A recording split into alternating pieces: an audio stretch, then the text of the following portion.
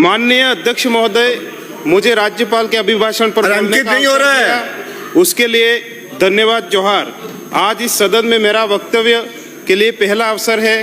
मैं इस अवसर पर गोविंद गुरु महाराज, मानगढ़ धाम पर सहित 1500 से अधिक आदिवासी वीर वीरांगनाओं, संत सुरमाल महाराज, ज्योतिसर महाराज, शिक्षा के लिए बलिदान देने वाली भील वीरांगना कालीबाई कलासुआ, नानाभाई खाट, सेंगाबाई रोत, रामा पथु डामोर को नमन करते हुए विशेष करके 84 की जनता को, जिन्होंने सभी राष्ट्रीय पार्टियों को 84 के चक्कर में डालकर मुझे भारत आदिवासी पार्टी के प्रत्याशी के रूप में जिताकर इस सदन में भेजा है, तो मैं 84 की जनता को धन्यवाद अर्पित करना चाहूँगा। माननीय सभा अध्यक्ष महोदय, जब मैं राज्यपाल का अभिभाषण 84 की जनता की उम्मीदों, आशा और सपनों को साथ में लेकर सुन रहा था, इसी अभिभाषण में कडाना बैक वाटर का जिक्र होगा ऐसा मानना था, किंतु कडाना बैक वाटर का जिक्र नहीं हुआ। मुझे सदन में दुखी मन से कहना पड़ रहा है कि जिस पानी के लिए जब माही नदी पर 1966 में से लगा करके 1969 के बीच में जब कडाना बांध बना, उस बांध के समय हमारे आदिवासी लोगों ने अपनी जमीनें छोड़ी, अपना जंगल छोड़ा, अपना परिवार, अपने बच्चों की शिक्षाएं छोड़ी। न जाने कितने परिवार बेघर हो गए, विस्थापित हो गए।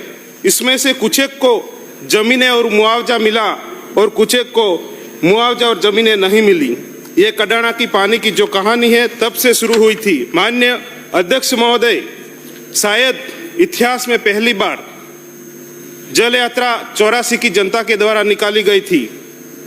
कडाना बांध बैक वाटर से गेजी घाटा तक 4 दिन की पैदल यात्रा सरकार को संदेश देने के लिए निकाली गई थी।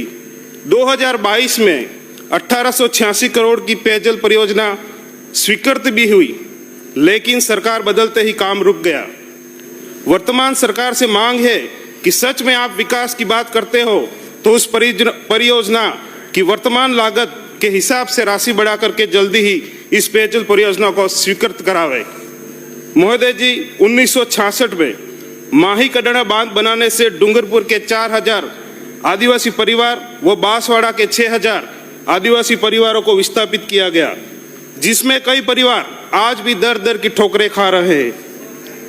आज उनके ही बच्चे पानी के लिए तरस रहे हैं। मैं सरकार से मांग करता हूं कि इस परियोजना को जल्द से जल्द पूरी करें। आरक्षण की जब बात आती है तो मैं सरकार से कहना चाह रहा हूं कि वे स्पष्ट करें, एसटी एससी को संवैधानिक प्रावधान के अनुरूप आरक्षण देना चाहती हैं या आरक्षण के नाम पर एसटी एससी को ही आपस में लड़ाना चाहती है। अभी जो खेल चल रहा है उस हिसाब से तो सरकार एसटी एससी को आपस में लड़ाना ही चाहती है। सच में लाभ देना चाहती है तो क्षेत्रीय आधार पर प्रशासनिक सेवाओं में आरक्षण का बंटवारा करे। 10 से 15 सालों से एसटी एससी का बैकलॉग था, उसे बढ़ने की बजाय खत्म कर दिया गया और अब पिछले 2 सालों से रिक्त एसटी एससी के पदों को सामान्य से बढ़ने की बात हो रही है। एक तरफ सरकार ने एसटी एससी के लिए 35% व 40% की बाध्यता रखी है, फिर कमजोर वर्ग का बच्चा कैसे पात्र होगा? बाध्यता रखनी हो तो आदिवासी क्षेत्रों में जितने शिक्षकों के रिक्त पद है वो सारे भर दो और टीआरडी फंड से ब्लॉक जिला स्तर पर निःशुल्क कोचिंग सेंटर खोले जाए, ताकि आदिवासी बच्चे भी मेरिट कैसे टॉप करते हैं वो भी देखते जाओ। अध्यक्ष महोदय, अभी प्राचार्य डीपीसी में वरिष्ठता को भी दरकिनार किया गया। आरक्षित वर्ग के वरिष्ठ अभ्यर्थियों के स्थान पर सामान्य वर्ग के कनिष्ठ अभ्यर्थियों का चयन किया गया।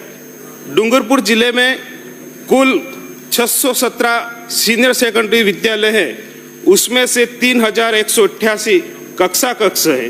वर्तमान में 2219 कक्षा कक्षों में कक्षाएं संचालित हो रही हैं, किंतु एक क्लास में वर्तमान में भी 3-3 क्लासों के बच्चों को पढ़ा करके शिक्षक पढ़ा रहे हैं। ये स्थिति बहुत ही गंभीर है दक्षिणी राजस्थान की। वर्तमान में व्याख्याताओं के भी वहां पर 70% पद रिक्त हैं। हमारे डूंगरपुर का सबसे बड़ा कॉलेज, जहां 7000 बच्चों पर सिर्फ 13 व्याख्याता है। और तकरीबन 22 के आसपास कमरे हैं और उसमें से 13 में से भी 3 व्याख्याता डेपुटेशन पर हैं। हम चाहते हैं कि टीआरडी का अधिकांश बजट शिक्षा पर खर्च किया जाए, क्योंकि भारत का भविष्य विद्या के मंदिरों में पलते हैं। माननीय सभापति महोदय, जलदाय विभाग में पिछले कई वर्षों से तकनीकी कर्मचारियों की भर्ती नहीं हुई है। पिछले सत्र में मंत्री महोदय ने कहा था कि हम जल्दी ही तकनीकी कर्मचारियों की भर्ती जारी करेंगे।